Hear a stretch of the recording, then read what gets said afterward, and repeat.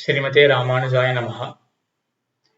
சென்ற திருவாய்மொழி உபன்யாசத்திலே எம்பெருமான் ஆழ்வாருக்கு அருள் செய்தான் என்றதை பார்த்தோம். எப்படி பிருந்தாவனத்தை, நெடுஞ்சிமுல் காட்டை கோக்களுடைய ரட்சணத்துக்காக புல்மயமாக எம்பெருமான் ஆக்கினானோ, அதே போல ஜகத்தானது திருந்துவதற்காக ஆழ்வாருக்கு எம்பெருமான் ஞானம் கொடுத்தான். ஞானம் என்றால் உண்மை பொருள்களை பற்றின அறிவு. உண்மை பொருள்கள் எத்தனை உள்ளன? சித்து, அச்சித்து, ஈஸ்வரன் என்று மூவகையாக பொருள்களை பிரித்து விடலாம். அச்சித் என்றால் கண்ணாலே பார்க்கக்கூடிய பொருள்கள் எல்லாம் அச்சித்து, அறிவற்ற பொருள்கள். அந்த பொருள்களுக்குள்ளே உள்ளே உரைகின்றது சித்து, ஜீவாத்மா. அந்த இரண்டினுள்ளும் உரைகின்றவன் பரமாத்மா ஈஸ்வரன். இரண்டு பொருள்களையும் நியமிக்கக்கூடியவன், செலுத்தக்கூடியவன். இந்த தத்துவத்திரயத்தை பற்றின ஞானம் அதுவும் பலருக்கு இருக்கும். ஆனா எம்பெருமான பத்தி அறிந்தும் கூட சில பேர் ஐஸ்வர்யார்த்தியாக இருப்பார்கள். ஐஸ்வர்யார்த்தி என்றால் உடம்பால் ஏற்படக்கூடிய சுகம், ஐஸ்வர்யம், அத்தை விரும்புவான். அவன் என்ன பண்ணுவான்னா, அவனும் எம்பெருமான இடத்துலதான் போகணும். எம்பெருமான இடத்துல போயிட்டு எனக்கு இந்த உடம்பு சுகம் வேணும் அப்படின்னு கேட்பான். அடுத்த ஒரு அதிகாரி இருக்கான், கைவல்யார்த்தி. அவன் இந்த உடம்பு சுகமானது தாழ்ந்தது என்று உணர்ந்து எம்பெருமான இடத்திலேயே போய், எம்பெருமானே எனக்கு ஆத்மானுபவம் வேணும், ஆத்மான்றதே சுகமான ஒரு பொருள், நான் சுகமான என்னை அனுபவித்துக் கொண்டு இருக்க வேண்டும் என்று கைவல்யார்த்தி என்றவன் எம்பெருமான இடத்திலே போய் வேண்டிக் கொள்வான். ஆக ஐஸ்வர்யார்த்தி, கைவல்யார்த்தி ரெண்டு பேருமே எம்பெருமான இடத்துலதான் போய் வேண்டிக் கொள்ள வேண்டும் தங்களுடைய பலன் சித்திக்கிறதுக்கு. மூன்றாவது அதிகாரி தான் பகவல் லாபார்த்தி. எம்பெருமான இடத்துல போவான். போய் என்ன கேட்பான் என்றால், எம்பெருமானை உன்னை அனுபவிக்க வேண்டும் என்று பகவானுடைய அனுபவத்தை விரும்புவான் பகவல் லாபார்த்தி. அப்ப ஏற்பட்ட பகவல் லாபார்த்தி தான் ஆழ்வார். பகவல் லாபார்த்திகள்ல தலைவர் ஆழ்வார். ஆக ஞானம் அப்படின்றது எம்பெருமானை பத்தினதாதான் இருக்கும். எம்பெருமானை பத்தி தெரிஞ்சின்ற பிறகும் கூட முழுமையாக அறியாத படியினால மற்ற ரெண்டு பேர் என்ன பண்ணார்கள்? உடம்பு சுகத்திலேயோ ஆத்ம சுகத்திலேயோ அத்தோட நின்று விட்டார்கள். ஆனா ஆழ்வாருடைய ஞானம் முழுமையான ஞானம். உண்மையாக ஞானிகளுடைய ஞானம், எல்லா ஞானிகளுடைய ஞானம் என்ன பண்ணுவோம் அப்படின்னா, அறிவு அப்படின்னு இருந்தாலே அது எம்பெருமானை விட்டு அறிவானது பிரிந்தே இருக்காது. ஞானிகள்லாம் ஏதோ ஒரு பொருளை பத்தி தெரிஞ்சுக்கிறார்கள் அப்படின்னா அந்த தெரியக்கூடிய பொருளை அடங்கி எம்பெருமான் நிச்சயமாக இருப்பான் என்றதை பொய்கையாழ்வார் தெரிவிக்கிறார். பெயரும் கருங்கடலே நோக்குமாறு ஒன்பு உயரும் கதிரவனையே நோக்கும், உயிரும் தருமனையே நோக்கும், பொன் தாமரையாள் கள்வன் ஒருவனையே நோக்கும் உணர்வு. உணர்வு ஞானம் இருக்கே, அது தாமரையாள் கள்வன் ஸ்ரீமன் நாராயணனையே நோக்கியே இருக்கும் என்று அதுக்கு உதாரணம் சாதிக்கிறார். பெயரும் கருங்கடலே நோக்குமாறு, ஆறு நதி இருக்கே, பெயரும் கருங்கடல், பெயர்த்திருக்கின்ற, அதாவது பெயருகின்ற, அதாவது சலிக்கின்ற, அலையறுகின்ற கடல் இருக்கே, அத்தையே நோக்கி இருக்கும் நதியானது. நதிக்கே சாகரகாமினி அப்படின்னு பெயர். சாகரத்தை நோக்கியே தான் போகும் நதியானது. அந்த கடலை நோக்கியே போகக்கூடியது நதி. அதே போல ஒன்பூ உயரும் கதிரவனைய நோக்கும். ஒள்ளிய பூ, பிரகாசிக்கின்ற தாமரை பூ இருக்கே, அது கதிரவனை தான் நோக்கி இருக்கும். தாமரை மலரணும் அப்படின்னா கதிரவனை தான் நோக்கி இருக்கும். அது கதிரவனுடைய வெப்பத்தை நான் அக்னி மூலமா தாமரை கொடுத்துடுறேன் அப்படின்னா அது தாமரை மலர்த்தாது, அது உலர்த்தி விடும் தாமரைய. செந்தடலே அடலை செய்திடினும் வெங்கதிரோர்க்கல்லால் அந்தரம் சேர் வெங்கதிரோர்க்கல்லால் அலராவாள் என்று குலசேகர ஆழ்வார் தெரிவிக்கிறார். தாமரையானது வெங்கதிரவனுக்கு மட்டும்தான் அலருமே ஒழிய மற்றதுனால உலர்த்தி தான் போய்விடும் தாமரையானது என்று சொல்லி, அதே போல உயிரும் தருமனையே நோக்கும்.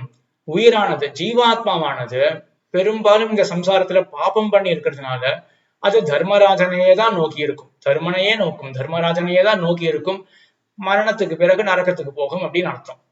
இதெல்லாம் எப்படி நியதியோ அதே போல அறிவானது, ஞானிகளுடைய அறிவானது ஒன் தாமரையாள் கேள்வன் ஒருவனையே நோக்கும் உணர்வு. ஞானிகளுடைய அறிவு உணர்வு இருக்கே அது ஸ்ரீமன் நாராயணன். ஒன் தாமரையாள் கேள்வன், தாமரை அப்படின்ற அந்த புஷ்பத்தை தனக்கு இருப்பிடமாக கொண்டவள் பெரிய பிராட்டியார். அவளுடைய கணவன் ஸ்ரீமன் நாராயணன். அவனையேதான் உணர்வானது அறிவானது நோக்கி இருக்கும். இதே விஷயத்தை ஞானம் அப்படின்னால அது எம்பெருமான பத்தினதுதான். மற்றதெல்லாம் அஜ்ஞானம் என்ற இந்த விஷயத்தை பராசர முனிவர் விஷ்ணு புராணத்திலே தெரிவிக்கிறார். சம்ஞாயதே ஏனதத் அஸ்ததோஷம் சுத்தம் பரம் நிர்மலம் ஏகரூபம் சந்திருஷ்யதேவாப்யதிகம்யதேவா தத் ஞானம் அஜ்ஞானம் அதோன்யதுக்தம். சம்ஞாயதே ஏனதத் அஸ்ததோஷம். இந்த பிரம்மம் இருக்கே இது அஸ்ததோஷம், தோஷம் அற்றது. இந்த பிரகிருதி மண்டலமானது தோஷம் உள்ளது. இந்த உடம்பு தொடக்கமான பிரகிருதி பிராகிருத பதார்த்தங்கள் இருக்கே இது மாறிக்கொண்டே இருக்கும், அழியும், ஆக்கப்படும் என்று மாறுதலுக்கு உட்பட்டது இந்த பிரகிருதி மண்டலம். இந்த தோஷமானது பகவானுக்கு கிடையாது. ஆனா இந்த தோஷமற்ற தன்மை ஆத்மாவுக்கே கிடையாது. பிரகிருதி மண்டலத்துக்குள்ள இருக்கிறது தான் ஆத்மா, இந்த உடம்புக்குள்ள இருக்கிறது ஆத்மா. உடம்பானது வளரும், தேயும், அழியும் எல்லாம் ஆகுமே ஒழிய ஆத்மாவுக்கு இந்த விகாரங்கள் கிடையாது என்றால் உண்மை. ஆத்மாவே கூட பிரகிருதியை காட்டிலும் பிரகிருத்தினுடைய தோஷங்கள் அற்றதுதான் ஆத்மா. ஆனா இந்த ஆத்மாவுக்கு கூட ஒரு அசுத்தியானது வருது. என்ன பண்றோம், இந்த பத்தாத்மாக்களான நாம் என்ன பண்றோம்னா பிரகிருதியுடன் கூடி வந்துட்டோம். இந்த கூடுதல் ஆகிற அசுத்தி இருக்கே இது கூட பரமாத்மாவுக்கு கிடையாது. அவன் சுத்தமாக இருப்பான், சுத்தம் பரம் நிர்மலம் ஏகரூபம். சில ஆத்மாக்கள் முக்தாத்மாக்களாக ஆகிவிடும். பத்தாத்மாக்கள் நாம் சிரமப்பட்டு கொண்டிருக்கின்றோம் சம்சாரத்திலே. இந்த சம்சாரத்தினுடைய கஷ்டங்களில் நின்றும் விடுவிக்கப்பட்டவர்கள், வெளியே வந்தவர்கள் முக்தாத்மாக்கள். ஆனால் அவர்களும் கூட ஒரு நாள் முன்பொரு காலத்திலே இந்த சம்சாரத்திலே சிரமப்பட்டு கொண்டிருந்தவர்கள் தானே. அந்த தோஷமும் எம்பெருமானுக்கு கிடையாது. சுத்தம் பரம் நிர்மலம், மலமற்றான் அந்த எம்பெருமான். அதே போல ஏகரூபம். நித்தியசூரிகள் முக்தாத்மாக்கள் போல் கூட அல்லர்கள். அவர்கள்லாம் ஒரு நாளும் சம்சாரத்திலே கால் வைக்காதவர்கள். ஆனா அந்த நித்தியசூரிகளும் கூட எம்பெருமானுடைய ஆணைக்கு உட்பட்டுதான் நடப்பார்கள். பகவத் அதீனமாக தான் இருப்பார்கள். சம்சாரத்திலே எங்களுக்கு பங்கு கிடையாது என்ற காரணத்தை கொண்டு நாங்களே ஈஸ்வரர்கள், சுதந்திரர்கள் அப்படின்னு தலையை தூக்கவே முடியாது. தலையை தூக்குறது ஒருத்தன் மட்டும்தான், அந்த ஈஸ்வரன் மட்டும்தான். அதனால் அவன் ஏக ரூபமா அத்விதீயமாக சமாபியதிக ரஹிதனாக ஒத்தார் மிக்காறு இளையாய மாமாயா என்று தன்னோடு ஒத்தவர்கள் மிக்கவர்கள் ஒருத்தரும் அல்லாதவனாக எம்பெருமான் இருக்கின்றான்.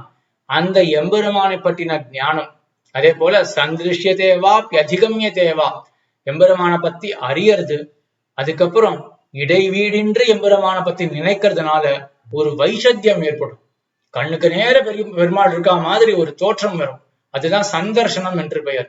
அதே போல அதிகமிய தேவா, அதிகமனம் என்றால் பிராப்தி, அனுபவம், எம்பெருமான கிட்டி அனுபவிக்கிறது. இது எல்லாமே பகவானை பத்தி இருந்தா அது சரியானது. மற்ற விஷயத்தை பத்தின ஞானமோ அதை பத்தியே சிந்தனையோ அதனுடைய அனுபவமோ அதெல்லாம் தத் ஞானம். அஜ்ஞானம் அதோன்யதுக்தம். எம்பெருமானை பற்றினது மட்டும்தான் ஞானம், மற்றது எல்லாமே அஜ்ஞானம் என்று பராசர முனிவர் ஸ்ரீ விஷ்ணு புராணத்திலே தெரிவிக்கிறார்.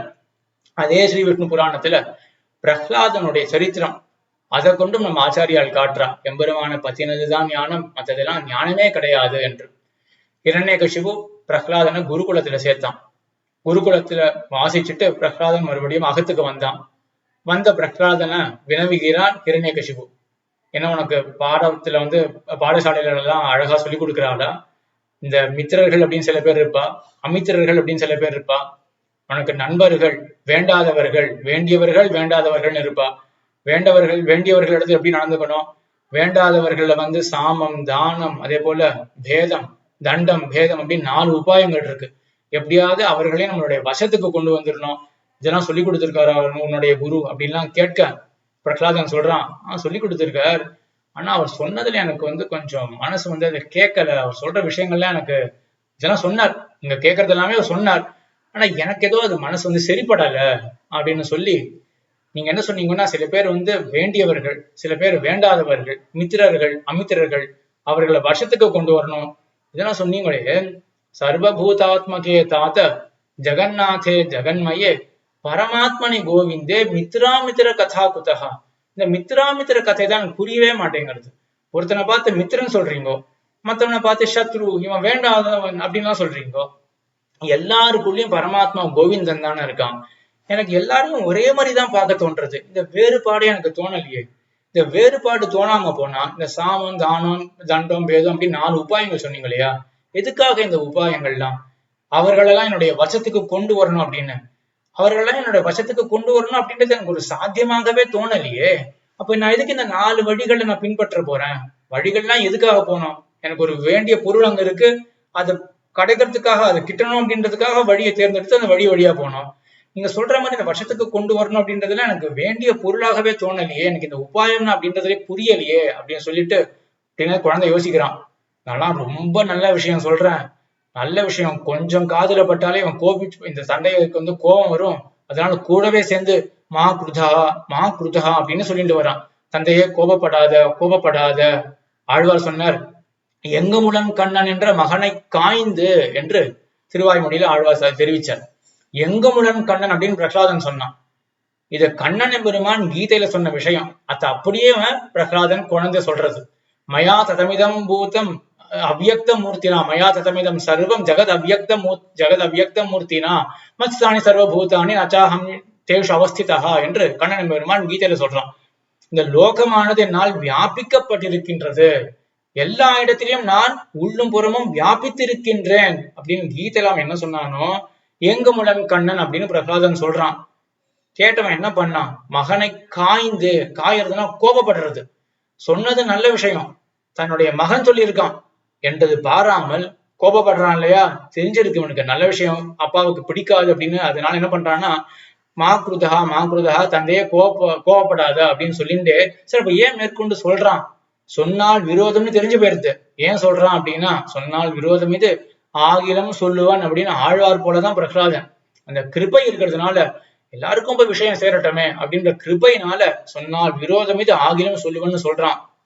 ஆக என்ன அபிப்பிராயம் இந்த குழந்தைக்கு அப்படின்னா, நீ அந்த பாடசாலைக்கு போய் நல்ல ஞானத்தை சம்பாதிச்சியே அப்படின்னு கேக்குறியே, அதெல்லாம் ஒரு ஞானமாகவே எனக்கு தோணலையே. ஏதோ மித்திரன் அமித்திரன் அவனை வசத்துக்கு கொண்டு வருது, இதெல்லாம் ஒரு ஞானமா அப்படின்னு ஒரு எண்ணம் இந்த குழந்தைக்கு இருக்கு. அதை மேலும் விவரிக்கிறான். வித்யா புத்திர் அவித்யாயாம் அஜ்ஞானா தாத ஜாயத்தே பாலோக்னிம் கிம்ன கத்யோத்தம் அசுரேஸ்வர மன்னியத்தே. வித்யா புத்தி அவித்யாயாம், உண்மையாவே ஒண்ணு அவித்யை, சரியான ஞானமே கிடையாது. ஆனா அந்த ஞானம் அல்லாத ஒரு விஷயத்திலே நான் சரியா புரிஞ்சுட்டேன், எனக்கு எல்லாம் தெரிஞ்சு போயிருச்சு, இதுதான் கரெக்ட் அப்படின்னு ஒரு எண்ணம் ஏன் தான் வராது? அதுவே ஒரு அஜ்ஞானம் தான். அஜ்ஞானத்தினாலதான் நமக்கு இந்த எண்ணமே வருது அப்படின்னு சொல்லிட்டு அதுக்கு ஒரு உதாரணமும் கொடுக்குறான். பாலோக்னியம் கிம்ன கத்யோத்தம் அசுரேஸ்வர மன்னியதே. அசுர கூட்டத்துக்கு தலைவனே ஒரு சின்ன குழந்தை இருக்கு, அது அக்னிம் கத்யோத்தம் அக்னிம் கிம்ன மன்னியதே. கத்யோதகா அப்படின்னா விட்டில் பூச்சி, ஃபயர் ஃபிளை அப்படின்னு சொல்றோம் இல்லையா? விட்டில் பூச்சி மினுமினுக்கும். அந்த மினுக்கிற விட்டில் பூச்சியை பார்த்து ஒரு குழந்தை என்ன பண்றதுன்னா, நெருப்பு இருக்கே அப்படின்றது. நெருப்பாது? அப்போ நெருப்பல்லாத ஒரு பொருளிலே வெறும் மினுக்கிறது அப்படின்றத வச்சுட்டு விட்டில் பூச்சியை நெருப்புன்னு நினைக்கிறது இல்லையா குழந்தை? அதே போலதான் நீயும் குழந்தைதான், பெருசா இருக்கிய நீ தந்தை அப்படின்னு ஒரு பெரிய உருவத்தை கொண்டு இருக்க, ஆனா உனக்கு வெறும் அஜ்ஞானம் தான். நீ என்ன பண்ற அப்படின்னா, ஞானமே அல்லாதது ஒண்ணு அடுத்தவன் எப்படி வசத்துல கொண்டு வரணும், இவன் அமித்திரன் இப்படிலாம் ஞானமே அல்லாத விஷயம், அதுதான் ஏதோ பெருசா தெரிஞ்சுட்ட பெரிய சாமர்த்தியம். லோகத்துல இருந்து உலகத்தையே சொல்லுவா இல்லையா, அடுத்தவனை ஏமாத்தியாச்சுன்னா பெரிய சாமர்த்தியம் அப்படின்னு. இதுதான் அது. அஜ்ஞானத்தை ஒரு ஞானமா நினைக்கிறது. எப்படி ஒரு குழந்தையானது விட்டில் பூச்சியை நெருப்புன்னு நினைக்குமோ, அதே போல அஜ்ஞானத்தையே ஞானம் அப்படின்னு நினைக்கிறதே, இதுதான் நடந்திருக்கு அப்படின்னு சொல்ல உடனே நான் மனசுல வச்சுட்டாங்க. சரி, அப்போ உனக்கு என்னதான் நீ ஞானம் அப்படின்னு சொல்றீங்க, என்னதான் ஞானம் அப்படின்னா அதுக்கு பதில் சொல்றான் அந்த குழந்தை பிரகலாதன். தற்கர்ம என்ன பந்தாய சா வித்யாயா விமுக்தையே ஆயாசாய அபரம் கர்ம வித்யான்யா சில்ப நைபுணம் என்று. தற்கர்ம என்ன பந்தாய, அதுதான் சரியான செயல். எது பந்தத்துக்கு உறுப்பாக ஆகாதோ அது மட்டும்தான் சரியான செயல். மற்ற செயல் எல்லாமே பந்தத்துக்கு உறுப்பாச்சுன்னா சரியான செயலே கிடையாது. நம்ம பெருசா ஒரு உழைச்சிட்டு நிறைய சம்பாதிக்கணும் அப்படின்னா அந்த செயல் மேலும் மேலும் என்ன பண்றது அப்படின்னா நமக்கு பந்தத்தை தான் விளைவிக்கிறது. நம்ம கண்ணுக்கு தெரியல அந்த பந்தம் தான் ஏற்படுறது அப்படின்றது உணர முடியல நம்மளால. ஒரு பெருசா ஒரு காரியம் சாதிச்சிட்டோம் அப்படின்னு நினைக்கிறோம். ஆனா அந்த பிரகலாதன் குழந்தை ஒத்துக்கவே இல்லை. தற்கர்ம என்ன பந்தாய, பந்தத்துக்கு உறுப்பாகாத மோட்சத்துக்கு உறுப்பான செயல் மட்டும்தான் சரியான செயல். ஞானமும் அப்படியேதான். சா வித்யா யா விமுக்தையே, விமுக்திக்கு உறுப்பாக இருக்கக்கூடிய வித்தியை தான் சரியான வித்தியை. எனக்கு வந்து பெரிய கம்ப்யூட்டர் ப்ரோக்ராமிங் எல்லாம் தெரியும், நான் நியூரோ சர்ஜன், ஹார்ட் டிரான்ஸ்பிளான்டேஷன் பண்ணுவேன், ஒரு 10 பில்லியன் கம்பெனி டர்ன் ஓவர் இருக்கிற கம்பெனிக்கு நான் அக்கௌண்ட்ஸ் எல்லாம் பார்ப்பேன், பெரிய லாயர்னா, எதுவுமே ஞானமே கிடையாது. சா வித்யா யா விமுக்தையே, முக்திக்கு உறுப்பான ஞானம் தான் ஞானம். ஆயாசாய அபரம் கர்ம, மற்ற கர்மம் எல்லாம் வெறும் ஆயாசம், பிசிக்கல் ஸ்ட்ரெஸ் தான், சிரமம் தான். அதே போல வித்யான்யா ஷில்ப நைபுணம், மற்ற வித்தியைகள்லாம் இருக்கு இல்லையா, நியூரோ சர்ஜன் அப்படின்னு அந்த சர்ஜரி பண்ற ஒரு வித்தியை அப்படின்னா அது என்ன சொல்றாங்க பிரசாதன், வித்யான்யா ஷில்ப நைபுணம். அது வந்து ஷில்பம் அப்படின்றது வந்து கையால செய்யக்கூடிய அந்த தொழிலுக்கு தான் ஷில்பம் அப்படின்ற பெயர். சிற்பிகள் அப்படின்னு சொல்றோமே, சிலை அமைக்கர் அப்படின்ற தொழிலாம் இருக்கு இல்லையா, இப்ப கூட லோகத்துல பாக்கலாம், சிலை அமைக்கிற தொழில் ஒரு பெரிய கடினமான தொழில். ஆனா அதுக்கு வந்து ஒன்னும் பெரிய ஒரு மதிப்பு அப்படின்லாம் ஒன்னும் இருக்காது. ஆனா அதுவே பரம்பரையா வந்து ஒரு பெரிய கடினமான தொழில் தான் அது. அதே போலதான் நியூரோ சர்ஜரி தெரியும் அப்படின்னா வேற ஒண்ணும் இல்ல, வித்யான்யா ஷில்ப நைபுணம் அப்படின்னு கையால இருக்கக்கூடிய அந்த சிற்பிகளுடைய தொழில் இருக்கு இல்லையா, அவ்வளவுதான். அதுக்காக சிற்பிகளுடைய தொழில் வந்து இழிவா சொல்றது கிடையாது. அதுவும் ஏன்னா எவ்வளவு கோயில் எவ்வளவு வேலைப்பாடுலாம் இருக்கு. இருந்தாலும் நம்ம பெருசா ஒண்ணு நினைச்சுட்டு இருக்கோம், சின்னதா இதை நினைச்சுட்டு இருக்கோம் இல்லையா. ஆச்சாரியாளுக்கு என்ன தாத்பரியம் அப்படின்னா, நீ பெருசா நினைக்கிறியா, அது இவ்வளவுதான் அப்படின்னு காட்டுறதுல தாத்பரியம். சரி, வித்யான்யா ஷில்ப நைபுணம் அப்படின்னு பராசரர் சொன்னார், பிரகலாதன் சொன்னதாக பராசரர் சொன்னார். சில்பம்னா என்ன, கையால செய்யக்கூடிய ஒரு தொழிலை தான் சில்பம் அப்படின்னு. நம்மள என்ன விடல, அவர் வந்து சில்ப தொழில் அப்படின்னா அவங்க சிற்பந்தியா பரவாயில்ல அப்படின்னு மனசு தோணி போயிடும் இல்லையா. அவர் அதெல்லாம் பகவான் விட்ட ஞானமா, அவர் கொஞ்சம் மதிப்பே கொடுக்க மாட்டாரு அது மத்ததுக்கெல்லாம். ஆனா என்ன பண்றாரு அப்படின்னா, செருப்பு குத்த கற்றவோ பாதி அப்படின்னு. ஏன்னா செருப்பு குத்துற தொழில் இருக்கு இல்லையா, அதுவும் கையால தானே பண்றோம், அதுவும் சில்ப தொழில் தானே, அது போலதான் மத்த வித்தியெல்லாம் அப்படின்னு வித்யான்யா ஷில்ப நைபுணம் என்று. ஞானம்னாலே எம்பெருமான பத்தினதாக தான் இருக்கணும். அப்பேற்பட்ட ஞானம் இருக்கே, அந்த ஞானிகளுக்குள்ள அக்ரேசராக முதன்மை பெற்றவராக இந்த ஆழ்வார் இருக்கார். இந்த ஆழ்வாருடைய பெருமை இருக்கு இல்லையா, இந்த ஆழ்வாருடைய பெருமையானது எப்பேற்பட்டது அப்படின்னா, இந்த ஆழ்வார் வந்து நித்தியசூரியா முக்தாத்மாவா யார் இவர் அப்படின்னு பெரிய பெரிய ஞானிகள் கூட யோசிப்பாரு, சங்கிப்பார்கள், ஒரு சந்தேகம் ஏற்படும். இவர் சாதாரணமா நினைக்கவே முடியாது, நித்தியசூரியா முக்தாத்மாவாடி பகவானே தானா அப்படின்னு ஆழ்வாருடைய ஏற்றத்தை ஞானிகள் பல்வேறாக கொண்டாடுவார்கள். ஆச்சாரிய ஹிருதயத்திலே அத்ரி ஜமதக்னி பங்கிரத வசுநந்த சூனு ஆனவனுடைய யுகவர்ண கிரமாவதாரமோ, வியாசாதிபத ஆவேசமோ, மூதுவர் கரை கண்டோர் சீரியரிலே ஒருவரோ, முன்னம் நோற்ற அனந்தன் மேல் புண்ணியங்கள் பலித்தவரோ என்று சங்கிப்பர்கள். பெரிய பெரிய ஞானிகள் கூட சந்தேகப்படுவார்கள்.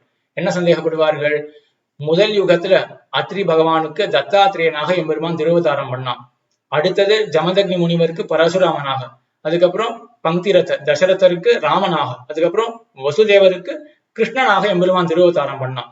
இதே போல கலியுகத்துல எம்பெருமான் நம்மாழ்வாராக திருவதாரம் பண்ணினானோ, நம்மாழ்வார் பகவானுடைய ஒரு அவதாரமோ அப்படின்னு சில பேர் சங்கை பண்ணுவார்கள். மற்றொருத்தர் சொல்லுவார், வியாசாதிபத் ஆவேசமோ, வியாசர் மகாபாரதத்தை எழுதினர், கோன்யோ புவி மைத்திரே மகாபாரத கிருத் பவேத் அப்படின்னு பராசரரே கேட்கிறார். வியாசர் மகாபாரதத்தை பண்ணாரு, வியாசர் வந்து நாராயண ரூபி தான், நாராயணனே தான் வியாசர். ஏன்னா நாராயணன் அல்லாத ஒருவன் இப்பேற்பட்ட மகாபாரதத்தை பண்ண முடியுமா? அவன் நாராயணனுடைய ஒரு ஆவேச அவதாரம். எம்பெருமான் உள்ளே புகுந்து நியமிக்கிறான். வியாசர் அப்படின்னு ஒரு ஜீவாத்மாவை தேர்ந்தெடுத்து மகாபாரதம் இவராலே செய்யப்பட வேண்டும், பிரம்மசூத்திரம் இவராலே செய்யப்பட வேண்டும் அப்படின்னு நியமிச்சு உள்ள இருந்து எம்பெருமான் செலுத்துகிறான். அதே போல திருவாய்மொழி இவராலே பாடப்பட வேண்டும் அப்படின்னு எம்பெருமான் உள்ளே புகுந்து நியமிக்கப்படுகின்றாரா ஆழ்வார்? ஆவேச அவதாரமா எம்பெருமானுடைய ஒரு ஆவேச அவதாரமா ஆழ்வார் என்று அப்படியும் சில பேர் சந்தேகப்படுவார்கள். மூதுவர் கரை கண்டோர் சீரியரிலே ஒருவரோ என்று. மூதுவர்னா வெண்ணாட்டவர் மூதுவர், நித்தியசூரிகள். கரை கண்டோர்னா சம்சார சாகரத்தினுடைய அக்கறைப்பட்டவர்கள், ஸ்ரீவைகுண்டம் ஆகிற அக்கறை போனவர்கள், முக்தாத்மாக்கள். அதே போல சீரியர், வெண்ணுளாரிலும் சீரியர், இந்த லோகத்தில் இருக்கக்கூடிய முமுட்சுக்கள், ஸ்வேத தீப வாசிகள் போன்றவர்கள், முக்த பிராயர்கள், அவர்கள்லாம் இந்த லோகத்தில் இருந்து கொண்டு எம்பெருமான் அனுபவிக்கிறார் இல்லையா. ஆகையினால் இவர்களுடைய இந்த நிலையானது நித்தியசூரிகளை காட்டிலும், விண்ணுளாரிலும் சீரியர், விண்ணுளார்கள் நித்தியசூரிகள், அவர்கள் சம்சார சம்பந்தமற்ற அங்கு எம்பெருமான் அனுபவிக்கிறார்கள். இவர்கள் அத்திர பிரம்ம சமஷ்ணுத்தேன்னு இங்க இருந்து கொண்டே பகவான் அனுபவிக்கிறார்கள். அப்போ இந்த எம்பெருமானுடைய அனுபவத்துக்கு விரோதியா இருக்கக்கூடிய இந்த சம்சார மண்டலத்தில் இருந்து கொண்டே எம்பெருமான் அனுபவிக்கிறார்கள். அப்போ இவர்களுடைய ஏற்றம் நித்தியசூரிகளை காட்டிலும் மேம்பட்டது அல்லவா? அப்பேற்பட்ட முமுட்சுக்களிலே ஒருவர் ஆழ்வார் அப்படின்னு சந்தேகிக்கிறார்கள். மூதுவர் கரை கொண்டோர் சீரியரிலே ஒருவரோ, உண்ணம் நோற்ற முகில்வண்ணன், அதாவது எம்பெருமான் இல்லாட்டி எம்பெருமானுடைய ஒரு பரம அனுகிரகம் தான் ஆழ்வாரா, இதுதான் உண்மை. ஆனா ஆழ்வாருடைய பிரபாவம் எப்படிப்பட்டதுன்னா இப்பேற்பட்டவரா அப்படின்னு சிந்திக்க வைக்கிற அளவுக்கு ஆழ்வாருடைய பிரபாவம். அது என்ன பிரபாவம் அப்படின்றது அழகியமனவாள பெருமான் நாயனார் அத்தனை சூத்திரத்திலே அடுத்த சூட்டணிகளே தெரிவிக்கிறார். இதுக்கு மூலம் யா நீ என்று மறுதலைத்து வானத்து மண்மிசை மாறும் நிகரும் இன்றி நிலையிடம் இன்றிக்கே நிலையிடம் தெரியாதே தெய்வத்தினம் ஒருவகை கொப்பாக இனத்தலைவன் அந்தாம தன்வு செய்ய தேர்தமை கடையாளம் உளவாக உகந்துகந்து நாட்டியல் ஒழிந்து சட்டரை ஓட்டி மதாவளித்தற்கு அங்குசமிட்டு தீயன மருங்கு வாராமல் கலியுகம் நீங்கி கிதேகம் பற்றி பட்டெழுபோது அறியாதிருந்த பிரபாவம் என்று ஆழ்வாருடைய இப்ப ஏற்பட்ட ஒரு பிரபாவம் இருக்கிறதுனால, ஆகையினாலதான் பெரிய ஞானிகள் கூட சந்தேகப்படுறார்கள் ஆழ்வார் யாருன்னு புரிஞ்சுக்க முடியலையே அப்படின்னு. ஆக இப்பேற்பட்ட ஆழ்வார் இருக்காரு. இந்த ஆழ்வார் நம்மளாம் ஆச்சரியப்படுறோம் ஆழ்வாரை பார்த்து இவர் யாரு அப்படின்னு. அது இருக்கட்டும், ஆழ்வாருக்கே தன்னுடைய பெருமை தெரியுது அப்படின்றார். ஏன்னா நான் சொல்லிக்கிறார், வரவார் ஒன்றில்லையால் வாழ்வினிதால் எல்லே ஒருவாறு ஒருவன் புகாம அப்படின்னு பெரிய திருவந்தாதியில தான் பாடுறார். வரவார் ஒன்றில்லையால் வாழ்வினிதால், நான் இன்னைக்கு எல்லாவற்றையும் அறிந்து இப்பேற்பட்ட பக்தியோட எம்பெருமான பத்தி பாடிட்டு இருக்கேன். இது எப்படி எனக்கு வந்தது அப்படின்றது எனக்கு தெரியவே இல்லை, கஷ்டப்படவே இல்லை. நான் எனக்கு எப்படி வந்ததுன்னு எனக்கு புரியல. ஆகையினாலேயே வாழ்வு இனிது, எனக்கு இனிக்கிறது, ரொம்ப திருப்தியா இருக்கு. எனக்கு என் வாழ்க்கை அப்படி ஒரு பரம புருஷார்த்தமா போயிட்டு இருக்கு எனக்கு. ஏன்னா என்னுடைய நான் ஒரு செயலை செஞ்சு எனக்கு இது கிடைக்கல, என்ன கிடைச்சது எப்படி கிடைச்சதுன்னு எனக்கு புரியல. அதனால எனக்கு என்னுடைய வாழ்வானது மிகவும் இனிக்கிறது. வரவார் உண்டில்லையால் வாழ்வு நிதால் அப்படின்னு ஆழ்வாருடைய படி தமக்கே தெரியாதபடி ஆழ்வாரானவர் இருக்கார். எம்பெருமானுக்கு ஆழ்வாருடைய படிகள் தெரியாது. ஆழ்வார் எப்படிப்பட்டவர் அப்படின்னா எம்பெருமானுக்கும் புரியல. அவனுக்கு ஏன் புரியல அப்படின்னா, பகவானுடைய கல்யாண குணங்கள் இருக்கு. இவ்வளவு பேர் இருந்திருக்காள் இந்த சம்சாரத்துல, யாராவது ஒருத்தராவது ஆழ்வார் எப்படி பகவானுடைய கல்யாண குணங்கள் அனுபவிக்கிறாரோ யாராவது ஒருத்தர் அனுபவிச்சிருக்காரா? பகவானுக்கே ஆச்சரியமா இருக்கு. எனக்கு இவ்வளவு குணங்கள் சரி இருக்கு, சரி இந்த மாதிரி ஒருத்தர் அனுபவிச்சதே கிடையாது, என்ன அனுபவம் இது, ஒவ்வொரு குணத்தையும் இப்படி அனுபவிக்கிறார் அப்படின்னு பகவானுக்கே வியப்பு இருக்கு. அப்ப ஆழ்வார் தனக்கே தாம் புரிஞ்சுக்க முடியாத ஒரு புதிராக இருக்கார். எம்பெருமானுக்கு ஆழ்வாருடைய ஏற்றம் மற்றொரு இடத்துல எம்பெருமான் பார்க்கல, 350 வருடம் குணத்தை அனுபவிச்சிருக்காரு அப்படின்றது பார்க்கவே இல்லை. எம்பெருமானுக்கே வியப்பா இருக்கு என்று இப்படி ஆழ்வாருடைய ஒரு ஏற்றமானது. ஆக இப்பேற்பட்ட ஆழ்வார் எதற்காக எம்பெருமான் ஆழ்வார் இப்படி மாத்தினா? நமக்காக தானே. நமக்காக எம்பெருமான் இப்படி மாத்தினான். நாம் எப்படிப்பட்டவர்கள்? மிகவும் தாழ்ந்தவர்கள். அது ஒண்ணு இருக்கு. காலமானது இன்னும் ஒரு சிரமப்படுத்தக்கூடிய ஒரு காலமானது இந்த கலிகாலமானது. இந்த கலிகாலம் எப்படி இருக்கு என்றால், கலோ ஜகத்பதிம் விஷ்ணும் சர்வசிரஷ்டாரம் நாத்தைஷ்யந்தி மைத்திரேய பாஷண்ட உபகதா ஜனாகா என்று பராசரர் மைத்திரேயரை குறித்து சொல்றார். கலோ ஜகத்பதிம் விஷ்ணும் சர்வசிரஷ்டாரம் ஈஸ்வரம் பாஷண்ட உபகதா ஜனாக நார்த்தைஷ்யந்தி மைத்திரேய பாஷண்ட உபகதா ஜனாகா. இந்த கலிகாலத்துல லோகத்தெல்லாம் படைக்கக்கூடிய எம்பெருமான் விஷ்ணு இருக்கானே, அவனை யாரும் ஆசிரியக்கவே மாட்டார்கள். பாஷண்ட ஜனங்கள், அவர்களால கவரப்பட்ட புத்தியை கொண்டவர்கள் எல்லாமே மயங்கி போயிடுவார்கள். எம்பெருமான் அப்படியே விட்டுடுவார்கள் என்று சமமான இந்த கலிகாலம். இந்த கலிகாலத்தில் ஆழ்வார் தோன்றினார். தோன்றி துர்லபோ மானுஷோ தேகா தேகினாம் க்ஷணபங்குரஹ தத்ராபி துர்லபம் மன்யே வைகுண்ட பிரிய தர்சனம். இந்த மனுஷ உடல் கிடைக்கிறதே அப்பேற்பட்ட ஒரு சிரமம். அரிதறிது மானிடராய் பிறத்தல் அரிதுன்னு அப்பேற்பட்ட அருமை மனுஷனுடைய ஒரு உடலானது கிடைக்கிறது. அதிலும் கூட தேகினாம் க்ஷணபங்குரஹா, எப்பவனாலும் இந்த உடலானது மரணம் அடையும். நிலையில மண்ணுயிராக்கைகள், நிலையற்ற இந்த வாழ்க்கை மனுஷ வாழ்க்கை. அதிலும் கூட வைகுண்ட பிரிய தரிசனம் துர்லபம் மன்னியே என்று மனுஷ உடல் கிடைக்கிறதே கஷ்டம், அது நிலைக்கணும், அதுவே ஒரு பெரிய கஷ்டம். நிலைச்சாலும் கூட யாருக்குதான் பகவான் இடத்துல ஒரு ஆசை இருக்கு? வைகுண்ட பிரிய தரிசனம், வைகுண்ட பிரியன எம்பெருமான தரிசிக்கணும் அப்படின்னு யாருக்கு ஆசை இருக்கு? வைகுண்ட இடத்துல பிரீத்தி கொண்ட பாகவதர்கள், அவர்களை தரிசிக்கணும் அப்படின்னு யாருக்குதான் ஆசை இருக்கு? இதெல்லாம் நடக்கவே போறது கிடையாது என்று நம்மளுடைய துர்கதி. அப்ப ஆழ்வார் இல்லைன்னா நமக்கு ஒண்ணுமே தெரிஞ்சிருக்காது. கண்ணனே கீதையில சொல்றான், மனுஷியானாம் சஹசிரேஷு கஷ்டித் எததி சித்தையே எததாமபி சித்தானாம் கஷ்டின் மாம் ஏதி தத்வதா. எவ்வளவோ ஆயிரக்கணக்கான மனுஷர்கள் இருக்கார்கள், என்ன அடையணும் அந்த சித்திக்காக எவனோ ஒருத்தன் தான் முயற்சி செய்யறான். அந்த முயற்சி செய்யக்கூடிய ஒருத்தன் தான் கடைசியில ஏதோ ஒருத்தன் தான் என்ன உண்மையாகவே தெரிஞ்சுக்கிறான். ஒருத்தன் தான், ஒருத்தன் கூட இல்லை அப்படின்னு தாற்பயம். அந்த ஒருத்தன் யாரா இருப்பான் அப்படின்னா மகாத்மா சுதுர்லபான துர்லபமான அந்த மகாத்மா, கிடைத்தற்கு அரிதான அந்த மகாத்மா. அந்த ஒருத்தர் யாருன்னு நம்மாழ்வார் தான். அங்க இப்பேற்பட்ட நம்மாழ்வார் இல்லாம போனா நமக்கு ஞானம்ன்றதே வராது. ஏன்னா மனுஷ சரீரம் மிகவும் உயர்ந்தது அப்படின்ற அடிப்படையை நம்ம தெரிஞ்சுக்கலையே. அதே போல இந்த கலி காலம் இருக்கே, இது ஞானத்துக்கு இடமே கொடுக்காது. இப்பேற்பட்ட காலத்துல இப்பேற்பட்ட சம்சாரிகளான நமக்கு ஆழ்வாரை ஒழிய ஞானத்துக்கு வாய்ப்பே கிடையாது அப்படின்றத ஆச்சாரிய ஹிருதயத்திலே நாயனார் தெரிவிக்கிறார். ஆதித்ய ராமதிவாகர அச்சுத பானுக்களுக்கு போகாத உள்ளிருள் நீங்கி சோஷியாத பிறவிக்கடல் வற்றி விகசியாத போதில் கமலம் மலர்ந்தது வகுல பூஷண பாஸ்கர உதயத்திலே என்று. ஆதித்யன் இருக்கான், அவன் என்ன பண்ணுவான், ஆதித்யனுடைய அந்த கிரணங்கள்னால வெளியூருளானது போயிடும். பாஹ்யம் தமோ வினஷ்யேத்து பாவக ஆதித்ய சந்நிதௌ பாஹ்யம் ஆபியந்தரஞ்சைவ விஷ்ணு பக்தார்க்க சந்நிதௌ. பாஹ்யமான இருளை பாவக நெருப்பு இருக்கே, நெருப்பானது தன்னுடைய ஒளியை கொண்டு வெளியூருள போக்கிடும். அதே போல ஆதித்யன் வெளியூருள போக்கிடுவான். ஆனா ஆபியந்தரமான மனசிலே இருக்கக்கூடிய உள்ளிருள் இருக்கே, அதை போக்குறதுக்கு அதையும் போக்குவதற்கு யார் வேணும் என்றால் விஷ்ணு பக்தார்க்கர்கள். விஷ்ணு பக்தர்கள் என்ற சூரியன், இந்த வேறு விதமான ஒரு சூரியன்.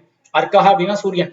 இந்த சூரியன் என்ன பண்ணும்னா விஷ்ணு பக்தன் அப்படின்ற சூரியன் உள்ளிருளை அகற்றிவிடும். விஷ்ணு பக்தார்க்கஹா என்று. ஆக ஆதித்யனுக்கு போகாத உள்ளிருள் நம்மாழ்வாராலதான் அந்த இருளானது போகும். ஆதித்யன் இருக்கட்டும், ராமதிவாகரன் பெருமாளே ஒரு சூரியனாக சொல்லப்படுறார். ஸ்ரீராமாயணத்துல ஸ்லோகம் இருக்கு, ஜல அதாவது ஷராம்சுமான் என்று கபே வீரஹ ராமதிவாகரஹ சாகரம் நேஷ்யதி. அதாவது இது அநேகமா தாயாருடைய வச்சனமாக இருக்கணும். ஸ்ரீராமாயணத்துல தாயார் என்ன சொல்றா அப்படின்னா, இந்த அசுரர்களுடைய கூட்டம் இருக்கு இல்லையா, இது ஒரு சமுத்திரமாக கற்பித்து இந்த அசுரர்களுடைய கூட்டத்தை எம்பெருமான் வட்டடிக்க செய்திருவான். எப்படின்னா தன்னுடைய ஷரஜாலம் அப்படின்ற அந்த கிரணங்களை கொண்டு, அதாவது ஷரஜாலா அம்சுமான் சூரஹா கபே ராமதிவாகரஹ சத்ரு ரக்ஷோமயம் தோயம் உபசோஷம் நயிஷ்யதி என்று ஸ்ரீராமாயணத்தில் இருக்கக்கூடிய வசனம். ஷரஜாலா அம்சுமான், அம்சு என்றால் கிரணங்கள், ஷரஜாலங்கள் இருக்கு அம்பு கூட்டங்கள். ஷரஜால அம்சுமான் சூரஹா ராமதிவாகரஹா, ராமன் அப்படின்ற திவாகரன் சூரியன் இருக்கானே, அவனுக்கு கிரணங்கள் எது அப்படின்னா அம்பு கூட்டம் தான் கிரணங்கள். அந்த கிரணங்களை கொண்டு என்ன பண்ணுவான் அப்படின்னா சத்ரு ரக்ஷோமயம் தோயம் உபசோஷம் நயிஷ்யதி. சத்ரு ராட்சசர்கள் இவர்களுடைய அந்த கூட்டம் இருக்கே, அதுதான் ஒரு தோயம், ஜலம், சமுத்திரம் இருக்கே, அந்த சமுத்திரத்தை வற்றடிக்க செய்திடுவான் ராமதிவாகரன். செய்யட்டும், நமக்கு என்ன, அசுரர்கள் செத்து போயிடுவார்கள், அவனுடைய சத்ருக்கள்லாம் செத்து போயிடுவார்கள், நமக்கு என்ன வந்தது, நம்மளுடைய பிறவிக்கடல் என்ன ஆறுது. அப்போ ராமதிவாகரன் அசுரர்களுடைய கூட்டத்தை வற்றடிக்க செய்திருவான். நம்மளுடைய பிறவிக்கடல் வற்றணும்னா அதுக்கு நம்மாழ்வார் தான் வேணும். பிறவிக்கடல் சோஷியாத உள்ளிருள் நீங்கி, அதாவது போகாத உள்ளிருள் நீங்கி சோஷியாத பிறவிக்கடல். அப்ப ராமதிவாகரனுக்கு வற்றாத பிறவிக்கடலானது நம்மாழ்வாரால தான் வற்றப்பட முடியும். அவர் வற்றடிக்கிறதுக்கு நம்மாழ்வார் வேண்டி இருக்கு. அதே போல் அடுத்தது கண்ணன், போகாத உள்ளிருள் நீங்கி சோஷியாத பிறவிக்கடல் வற்றி விகசியாத போதில் கமலம் மலர்ந்தது வகுலபூஷண பாஸ்கர உதயத்திலே. கண்ணன் அச்சுத பானு என்று சொல்லப்படுகின்றான். அச்சுதன் கண்ணன், அவனே ஒரு பானு. பானு என்றால் சூரியன்.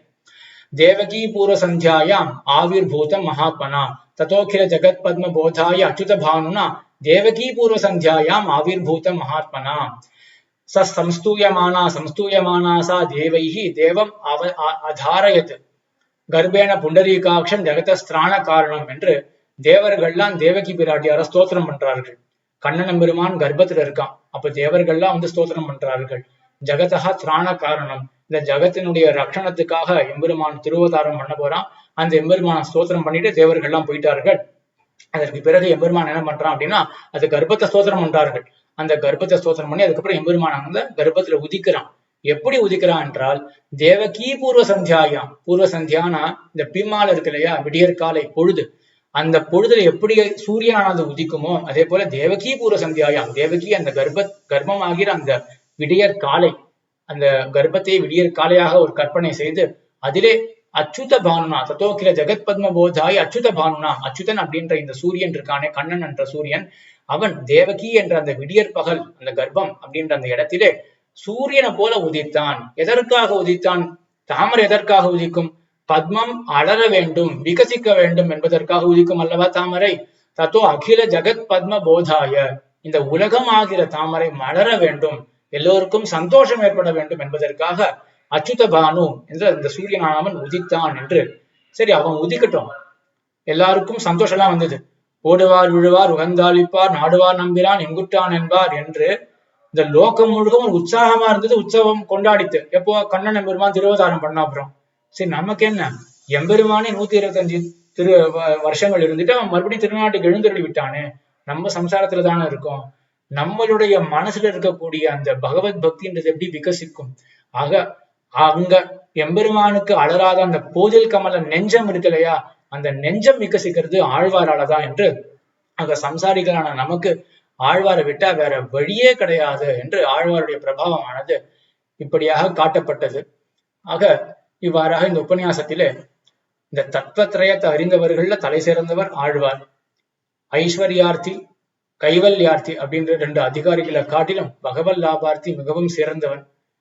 ஞானம் என்றதே எம்பெருமான பத்திதான் இருக்கும், எம்பெருமானை ஒழிந்த மற்றதெல்லாம் அஜ்ஞானம் என்றும். இப்பேற்பட்ட ஞானிகள்ல தலைவரான ஆழ்வார், அவருடைய பிரபாவம் எத்தகையது என்றால், இவர் நித்தியசூரியா முக்தாத்மாவா பகவானேவா என்னன்னே புரிஞ்சுக்க முடியலன்னு பெருத்த ஞானிகள் கூட சந்தேகப்படும்படியாக ஆழ்வாருக்கு இருக்கக்கூடிய பிரபாவம். இந்த ஆழ்வாரானவர் கலிகாலத்திலே, அஜ்ஞானத்துக்கு இடமான இந்த கலிகாலத்திலே மிகவும் சம்சாரத்திலே தவித்துக் கொண்டிருக்கின்ற நமக்காக ஆழ்வார் இந்த தன்னுடைய ஞானத்தை பகிர்ந்து கொண்டார் அப்படின்றதையும், ஆழ்வாரை விட்டா நமக்கு வேற கதியே கிடையாது, ஞானம் பெறறதுக்கு வேற வாய்ப்பே கிடையாது. ஆச்சாரியர்களா இருக்காளுன்னு கேட்க வேண்டாம், அவளே ஆழ்வாருடைய பரிகரம் தான். ஆழ்வார்னாலே எல்லாரும் சேர்த்துக்க வேண்டியதான். நமக்கு ஆழ்வாரை விட்டா வேற கதியே கிடையாது ஞானத்துக்கு என்பதையும் அனுபவித்தோம். இதோட ஒரு 4 உபன்யாசங்கள் முடிஞ்சாச்சு திருவாய்மொழி பொறுத்தவரையிலும். ஸ்ரீபாஷ்யத்துக்கு ஏற்கனவே 3 ஆயிரத்து. அந்த 3 ஆன உபன்யாசங்கள்ல இன்னைக்கு ஒரு உரையாடல், ஒரு டிஸ்கஷன் நடக்க போகுது. இதே போல திருவாய்மொழி இந்த 4ஓட நிக்கட்டும். இந்த 4ல திருவாய்மொழியில நம்ம பயிற்சி பண்ணி ஒரு டிஸ்கஷன் வச்சுக்கலாம். ஸ்ரீபாஷ்யம் பொறுத்த வரைக்கும் என்னன்னா, இந்த கண்டென்ட்ஸ் ஒரு மாதிரி தெளிவா இருக்கு, என்ன நம்ம படிக்கணும் அப்படின்றது மாதிரி தெளிவா இருக்கு. திருவாய்மொழி பொறுத்த வரைக்கும் அங்கங்க நிறைய பிரமாணங்கள்லாம் நான் சொல்லிட்டு வரேன். இந்த பிரமாணங்கள்லாம் நெட்ருலாம் பண்ணணும்னு அவசியம் கிடையாது, நெட்ரும் பண்ண முடியாது. நானே கொஞ்சம் கஷ்டப்பட்டு நெட்ரு பண்ணி தான் சொல்றேன். எப்படி அதனால அங்கங்க மறந்து வேற போயிடுறது, அடுத்த பிரமாணம் என்ன அப்படின்றதுலாம் மறந்து போயிடுறது. ஸோ இந்த பிரமாணங்கள் எதுவும் நெட்ருலாம் பண்ண வேண்டாம், விஷயங்களை மட்டும் கான்சென்ட்ரேட் பண்ணணும். இந்த வீடியோ டிஸ்கிரிப்ஷன்லயே என்ன பண்றோம் அப்படின்னா, வீடியோ டிஸ்கிரிப்ஷன்லயே ஒரு ஹிண்ட் மாதிரி கொடுத்துடுறேன், இதுதான் விஷயங்கள் இருக்கு அப்படின்னு. அந்த ஹிண்ட்ஸ்ல வெறும் பூர்வாச்சாரியர்களுடைய திருவுள்ள கருத்து மட்டுமே இருக்கும்.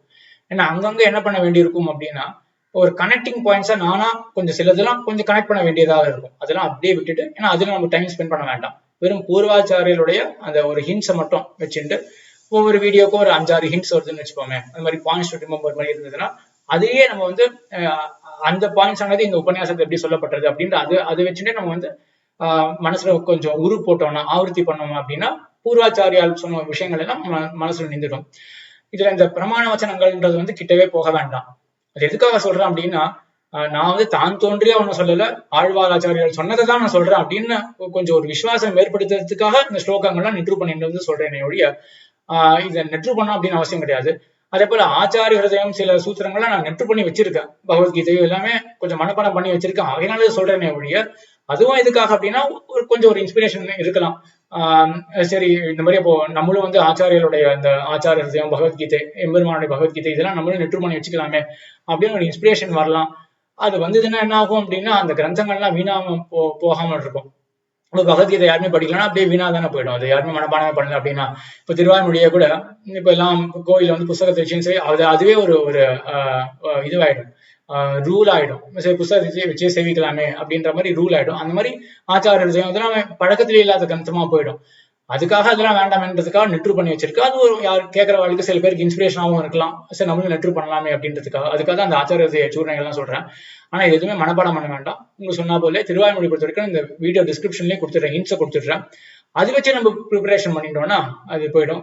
அதனால இது எல்லாமே ஒரு உபன்யாசம், பாடம். முக்கியமா இது உபன்யாசம் கூட சொல்லாம பாடமா கூட வச்சுக்கலாம். உபன்யாசம்னா அந்த காலத்துல இருக்கக்கூடிய அனுபவம் அது இருக்கட்டும், அதுக்கு மேற்பட நம்ம எஃபர்ட் போடணும். இப்போ எனக்கும் இப்போ கேட்கறவங்களுக்கு என்ன வாசி இருக்கு வருது, எல்லாருக்குமே ஒரே விதமான ஒரு அனுபவம், ஒரே விதமான கிரகண சக்தி தான். இப்ப என்ன ஒரு வாசி அப்படின்னா நான் கொஞ்சம் எஃபர்ட் போட்டிருக்கேன், அதனால கொஞ்சம் சொல்ல முடியுது, அவ்வளவுதான் ஒரு வாசியை ஒழிய இப்போ எஃபர்ட் தான் வந்து டிஃபரன்ஷியேட்டிங் ஃபேக்டரா இருக்கு. ஸோ அந்த எஃபர்ட் எல்லாருமே போட வைக்கலாம் அப்படின்றதுக்காக இந்த ஒரு பாடமாகவும் இது ஃபுல்லுமே இந்த கோர்ஸ் டிசைன் பண்ணப்படுறது. அதனால அதுதான் சொல்ல வேண்டியிருந்தது. வீடியோ டிஸ்கிரிப்ஷனை பார்த்து நம்ம ப்ரிப்பேர் பண்ணிக்கலாம் அப்படின்னு. ஆக இதோட 4 செட்டு முடிச்சிருது. திருவாய்மொழியத்தோட முடிஞ்சிடும். அதாவது இந்த ஃபர்ஸ்ட் செட்டு முடிஞ்சிடும். இதுல ஒரு டிஸ்கஷன் அடுத்தது நடக்கும். ஸ்ரீபாஷ்யம் இன்னைக்கு நடக்க போகிறது டிஸ்கஷன். இதுக்கு அடுத்தது நம்ம ஸ்ரீபாஷ்யம் ஜிக்ஞாசாதிகரணம் பார்க்க ஆரம்பிச்சிடலாம். ஜிக்ஞாசாதிகரணம் இருக்கிறதே கஷ்டமான அதிகரணம். இதுல பெங்களூர் ஊரை சார்ந்த கிருஷ்ணன் சுவாமி, சந்தான கோபாலகிருஷ்ணன் அப்படின்னு முழு திருநாமம், கிருஷ்ணன் அப்படின்னு தான் கூப்பிடுறது, கிருஷ்ணன் சுவாமி. அவர் ரொம்ப அழகா பிரசன்டேஷன் எல்லாம் பண்ணியிருக்காரு. எல்லாருக்கும் கண்டிப்பா உபயோகமா இருக்கும் அப்படின்னு நம்புறேன். அதை வச்சுட்டு எப்படியாவது ஜிக்ஞாசாதிகரணத்தை புரிய வச்சிடலாம், எல்லாருக்குமே புரிய வச்சிடலாம் அப்படின்னு எனக்கு ஒரு நம்பிக்கை இருக்கு. அதனால இந்த திருவாய்மொழியத்தோட இந்த ஸ்டேஜ் முடிச்சப்பறம் நம்ம நாளைக்கோ இல்லாட்டி ஒரு 2-3 நாள் கழிச்சோம் நம்ம என்ன பண்ணலாம்னா ஜிக்ஞாசாதிகரணம் ஸ்ரீபாஷ்யம் மறுபடியும் ஸ்ரீபாஷ்யத்தை பார்க்க ஆரம்பிச்சிடலாம் என்று விண்ணப்பித்துக் கொண்டு அமைகிறேன். ஆழ்வார் திருவடிகளே சரணம், எம்பெருமானார் திருவடிகளே சரணம், ஜீயர் திருவடிகளே சரணம்.